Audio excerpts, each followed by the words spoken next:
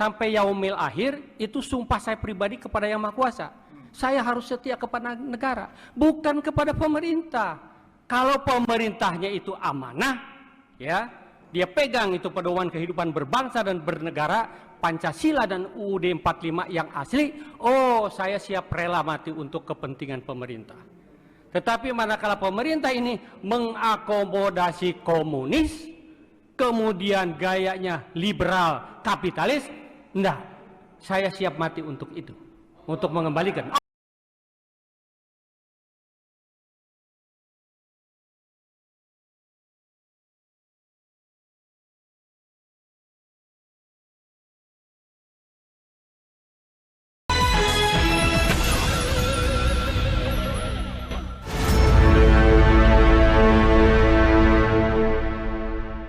Assalamualaikum warahmatullahi wabarakatuh. Apa kabar Anda semua? Semoga selalu dalam keadaan sehat walafiat. Kembali berjumpa dengan saya, Hizbun Arif dari Forum News Network.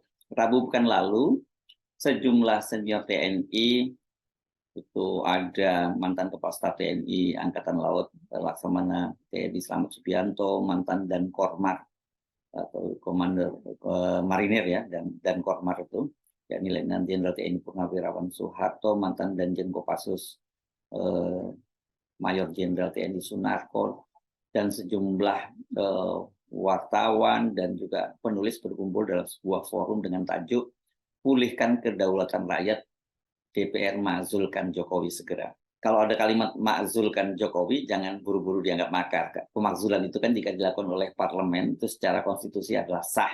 Itu manakala seorang presiden dianggap sudah melanggar konstitusi negara. Tapi bukan soal pemakzulan yang saya ingin bicarakan.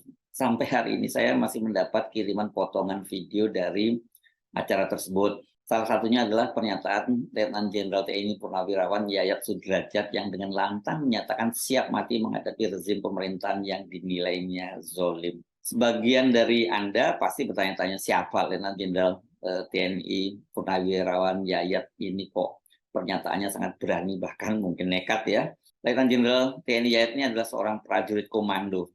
Dia adalah anggota Korps Pasukan Khusus TNI AD. Nah, paham ya, mulai paham ya kenapa orangnya nekat ya. Soal mati untuk bangsa dan negara ya sudah nggak perlu dipertanyakan dan diragukan lagi. Karir militer dari lulusan Akademi Militer tahun 1982 ini jadi berarti kalau itu satu angkatan dengan mantan Panglima TNI, Jenderal TNI Gatot Nurmantio, ini cukup moncer. Dia pernah menjadi Kepala Badan Intelijen Strategis TNI ini tahun 2015 dan 2016, dan kemudian menjadi Sekretaris Menko Polhukam itu pada tahun 2016 sampai 2017. Saya menilai pernyataan Letnan Jenderal TNI Yayat Sudrajat ini tidak hanya nekat dan berani, tapi juga dilandasi argumentasi yang kuat. Karena itu saya memilihnya, menempatkannya sebagai best statement atau statement terbaik pekan ini. Saya sebenarnya ingin menyampaikan, kita semua sudah tahu lah bahwa situasi kebobrokan, nggak apa-apa. Saya juga sama dengan Pak Harto, kalau misalnya mau diapain, nggak apa-apa.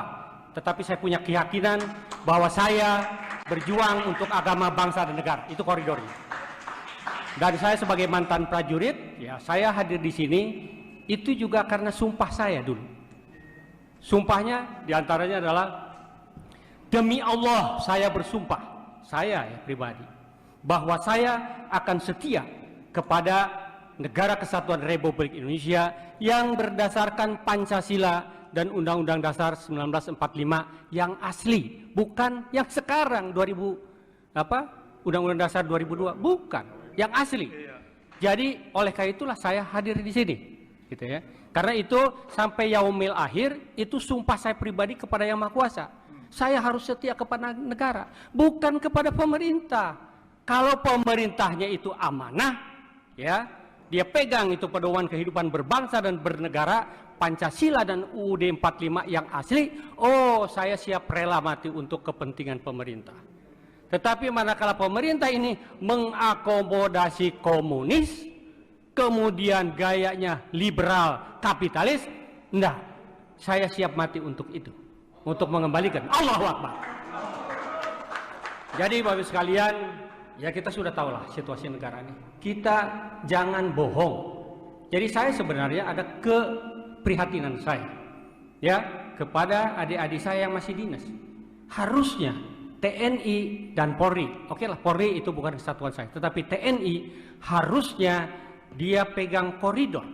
Manakala pemerintah keluar dari koridornya, harusnya dia datang kepada pemerintah.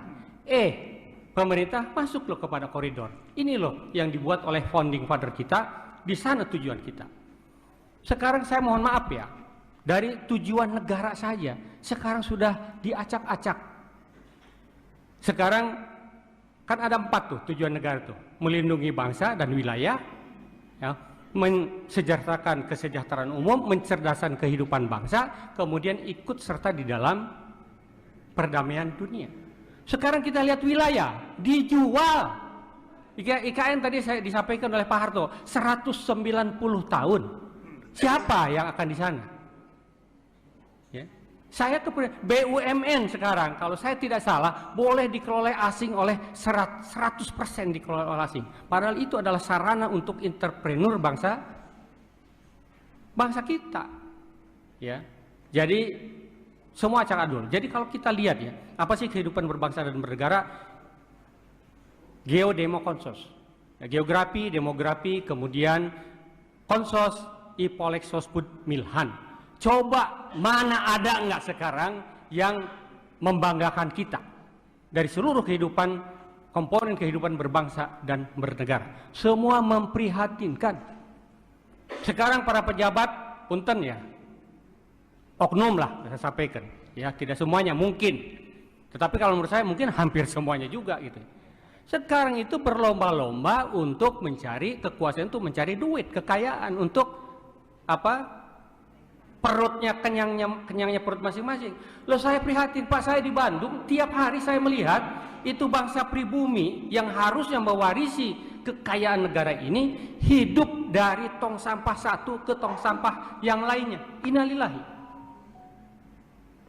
Kalau saya monitor ceramahnya Cak Emput atau Pak Mahfud, kalau pemerintah ini mengelola negara ini dengan benar dari tambang saja, harusnya pemerintah mampu menyantuni warga negaranya mulai dari yang baru lahir sampai dengan ke yang mau game over 20 juta per bulan harusnya.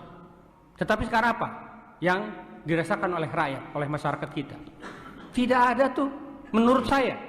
Ya benar-benar berjuang, yang sekarang diberi mandat oleh rakyat itu berjuang untuk kepentingan rakyatnya.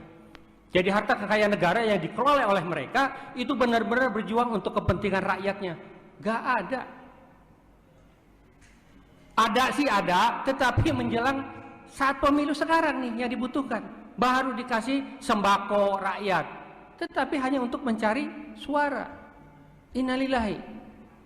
Jadi keprihatinan saya itu, oleh karena itu saya sudah sampaikan kepada siapapun, organisasi apapun, kalau saya diajak untuk membela agama, bangsa dan negara ini, ya mensejahterakan rakyat, saya ikut. Mau dijadikan sebagai anggota pun saya ikut. Dan saya tidak pengen apa-apa. Ya, saya usia udah 65, sudah dapat bonus. Apalagi Pak Harto tadi, Pak Slamet, Pak Narko, kita ini udah bawa tanah, nggak pengen apa-apa lagi. Tetapi selamatkan anak cucu bangsa ini. Allahu Akbar.